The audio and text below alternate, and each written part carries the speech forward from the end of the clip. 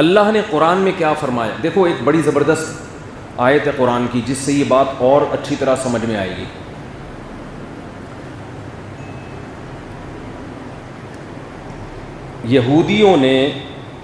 یہودیوں میں زنا کا واقعہ ہو گیا. شادی شدہ مرد اور شادی شدہ عورت میں زنا کر لیا.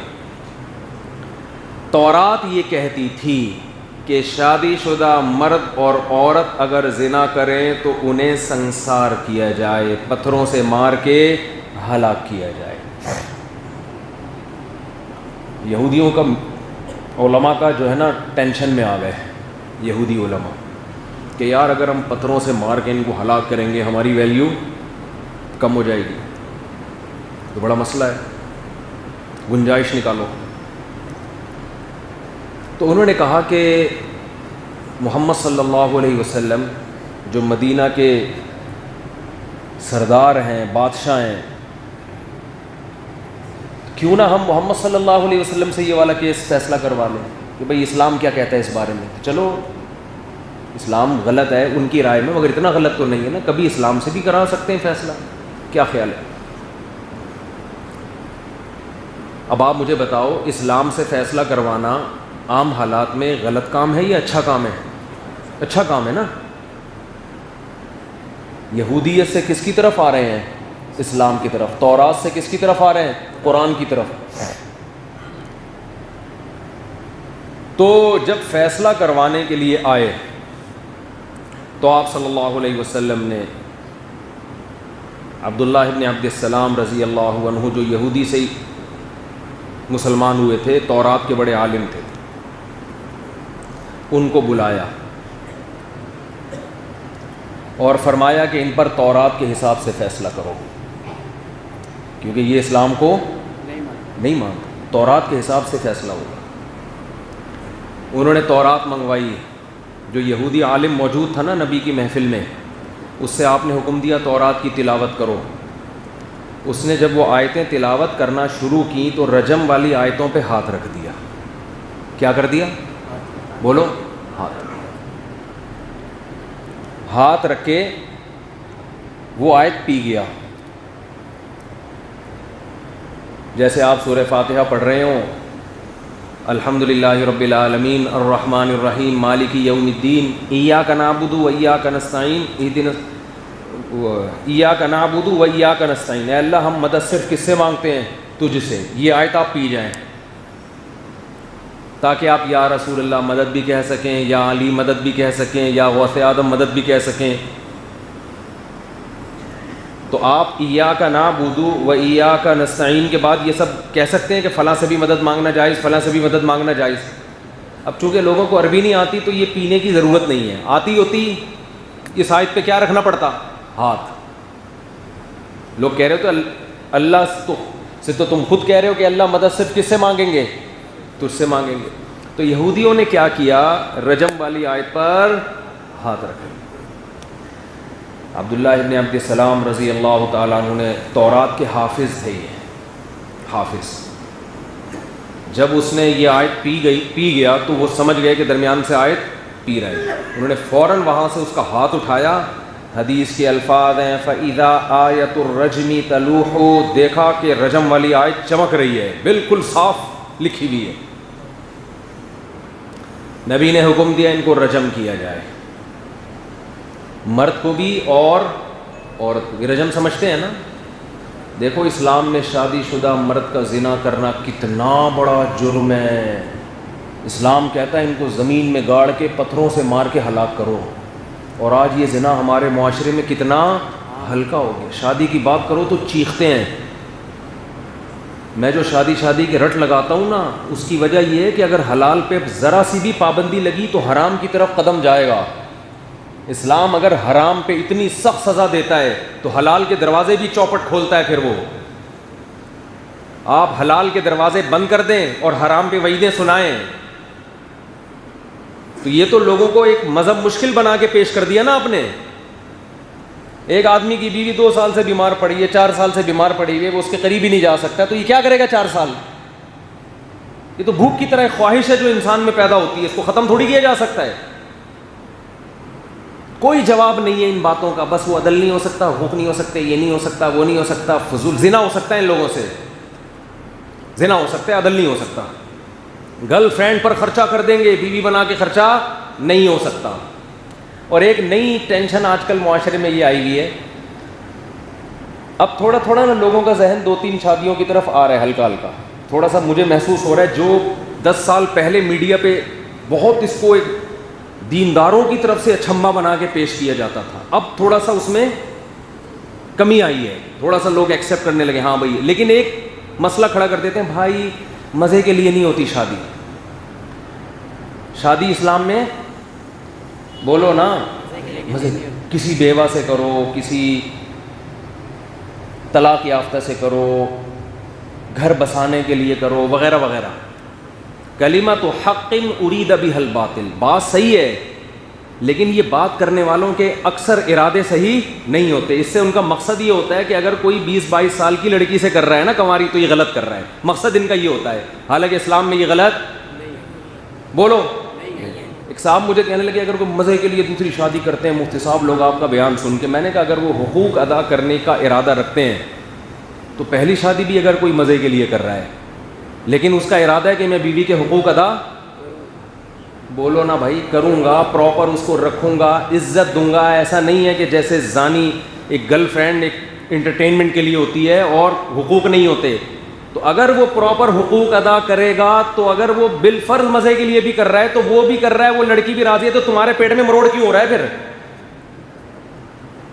کوئی زبردستی تھوڑی کر رہا ہے لڑکی پر, لڑکی بھی راضی, اس کا ابا بھی راضی, اس کا خاندان بھی راضی. اب ان کے دل میں جو ہے یہ اللہ جانے, یہ جانے, آپ کو کیوں ٹینشن ہو رہی ہے؟ نہیں آ رہی میرا خیال ہے بات. پہلی شادی اگر کوئی کر رہا ہو, عشق ہو گیا, وہ چاہتا ہے یہ محبوبہ مجھے مل جائے, تو یہ مزے کے لیے ہی کر رہا ہے نا. عشق کے بعد تو مقصد اپنی خواہش ہی پوری کرنا ہوتی ہے, لیکن اس کا ارادہ یہ ہے کہ مزے برائے مزے نہیں ہے, اس معشوقہ سے محبوبہ سے نکاح کر کے پراپر گھر بساؤں گا, اس کی اولاد کا خرچہ اٹھاؤں گا, اس کو عزت دوں گا. تو کوئی گورنمنٹ کی طرف سے پابندی ہے, اللہ کی طرف سے پابندی ہے. تو اسی طرح نہ دوسری پہ بھی نہیں ہے, تیسری پہ بھی نہیں ہے, چوتھی پہ بھی نہیں ہے. تو ٹھیک ہے بیوہ طلاق یافتہ کو ترجیح دینی چاہیے, اس میں ثواب زیادہ ہے. لیکن اگر کوئی پیسے والا دولت والا آدمی وہ جوان لڑکیوں چاروں کنواری رکھنا چاہ رہا ہے تو اپنے خرچے پہ رکھ رہا ہے, لڑکی بھی راضی ہے, بغیر رضا کے تو نکاح ہوتا نہیں نا اس سے, لڑکی بھی راضی, اس کا ابا بھی راضی, تو وہ اگر رکھ رہا ہے تو آپ کو کیوں پرابلم ہو رہی ہے؟ آپ اس کو کیوں مشورے دیں گے بیوہ سے کرو تو فلانے سے کرو؟ اس کی مرضی بھائی, بیوہ سے کرے یا طلاق یافتہ سے کرے. اچھی بات ہے, ہم تو مشورہ دیں گے بیوہ سے کر لو, ثواب ملے گا. تو اسلام میں اپنی طرف سے آپ ایڈیشن, یہ اللہ کو پتہ ہے کہ کیا اچھا ہے اور کیا برا ہے. حلال پیسوں سے اگر کوئی پٹھان ہوٹل کے پراٹھے کھا رہا ہے تو مزے کے لیے کھا رہا ہے نا, ورنہ یہ پراٹھے صحت کے لیے اچھے ہیں نہیں یار. اس او بھائی صبح جو ہوٹلوں پہ ہمارے جو کوئٹہ وال ہے نا بڑے مزے کے پراٹھے بناتے ہیں, پنجاب سے رشتہ دار آئے, وہ کہتے تھے کیا پراٹھا کرتے رہتے ہو مفتی صاحب آپ بیان میں. میں ان کو جامعہ لے گیا, راستے میں ہوٹل میں نے پراٹھا کھلایا, کہہ رہے یار ایسا پراٹھا میں نے آج تک زندگی میں نہیں کھایا. لاہور سے آئے ہوئے تھے, میں نے کہا لاہور میں بھائی لاہور ہے مگر کراچی ہے. ایک تو وہ موسم دیکھ کے بڑا خوش ہوئی, یار گرمی نہیں ہے, ابھی 2-4 دن سے گرمی پڑی ہے, وہ بھی ختم ہو جائے گی 1-2 دن میں انشاءاللہ. وہ کیونکہ گرمی جاتے جاتے ایک دفعہ ٹاٹا کرتے ہوئے جاتی ہے نا, گرمی ہے یہاں پہ, سردی بھی قابل برداشت ہے. بھنگی خانہ تو ہمارے حکمرانوں نے بنایا ہے نا, کراچی تو کراچی ہے بھائی, بھنگی خانہ ہو کے بھی ہم چھوڑنے کے لیے تیار نہیں ہیں. وہ بھی ایک باہر سے ایک صاحب آئے, ان کو بھنگی خانہ کا مطلب نہیں پتا, تو وہ کہہ رہے ہیں پتہ نہیں لنگی خانہ ہے کراچی یا ڈھنگی خانہ ہے, میں نے آپ کے بیان میں سنا ہے جھنگی خانہ, یہ کیا ہوتا ہے؟ میں نے کہا آپ امریکہ سے آئے, یہ سہولت آپ کو میسر نہیں ہے. ہوتا ہے نا آپ کال کر رہے ہوتے ہیں آواز آتی ہے, یہ آپ کو یہ سہولت میسر نہیں ہے. بھائی آپ انٹرنیشنل کال کرو تو بعض دفعہ یہ آواز آتی ہے آگے سے, آپ کو یہ سہولت میسر نہیں ہے. تو میں نے کہا بھنگی خانہ کسے کہتے ہیں امریکہ والو, آپ کو یہ سہولت میسر نہیں ہے. تو کیا بات چل رہی تھی؟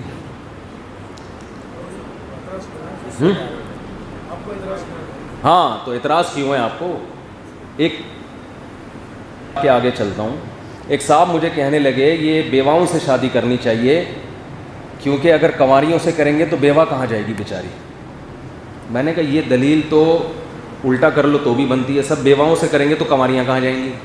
ٹھیک ہے, نکاح کرنے والے مرد مارکیٹ میں شارٹ ہیں, جس سے بھی کریں گے دوسرے کا نقصان ہوگا, سمجھتے ہو. آپ بیوہ سے کرو تو کنواری کے لیے مسئلے کھڑے ہو جائیں گے, تو آپ کرو بس.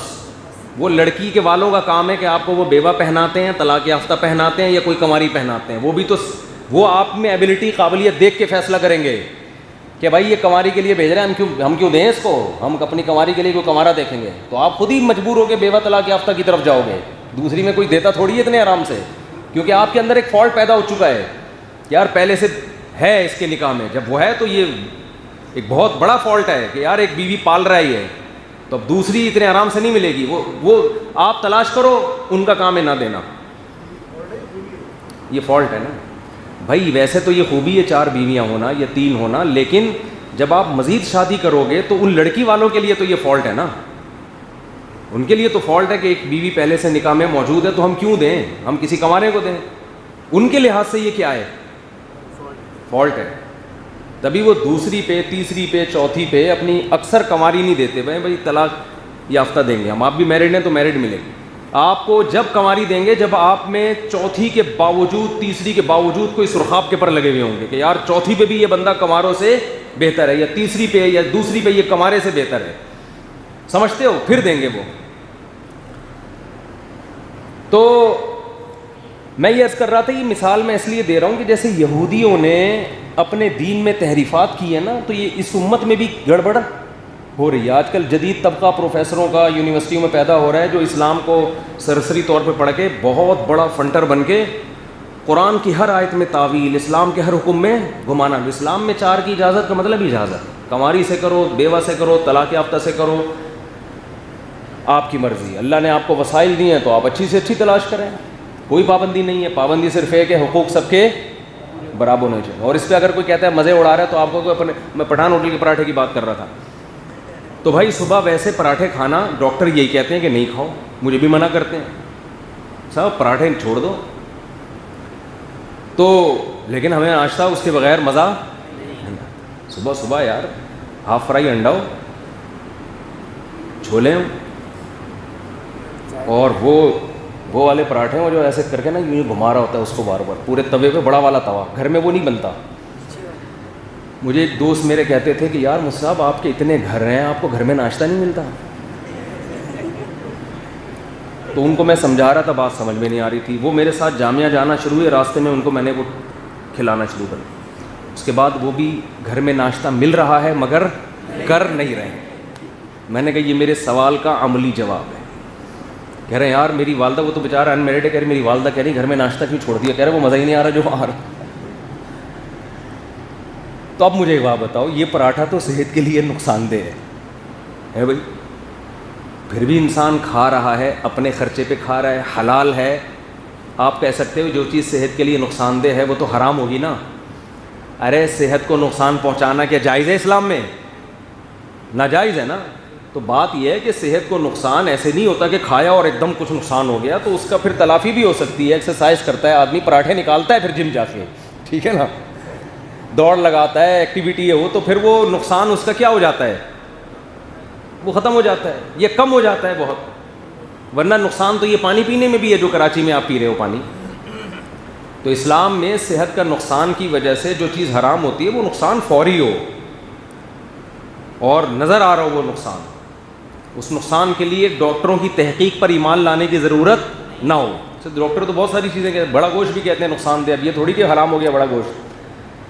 چائے بھی نقصان دہ, چائے حرام تھوڑی, یہ نقصان دہ تو ہے مگر حرام نہیں ہے. صبح 11 بجے اٹھنا یہ بھی نقصان دہ ہے مگر یہ حرام ہو جائے گا.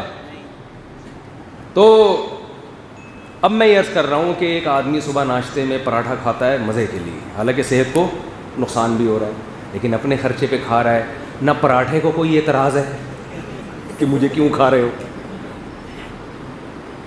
اعتراض اگر پڑوسیوں کو ہو کہ مفتی صاحب صبح ناشتے میں روزانہ مزے کے لیے پراٹھے کھا رہے ہیں, تو یہ اعتراض بجا ہوگا.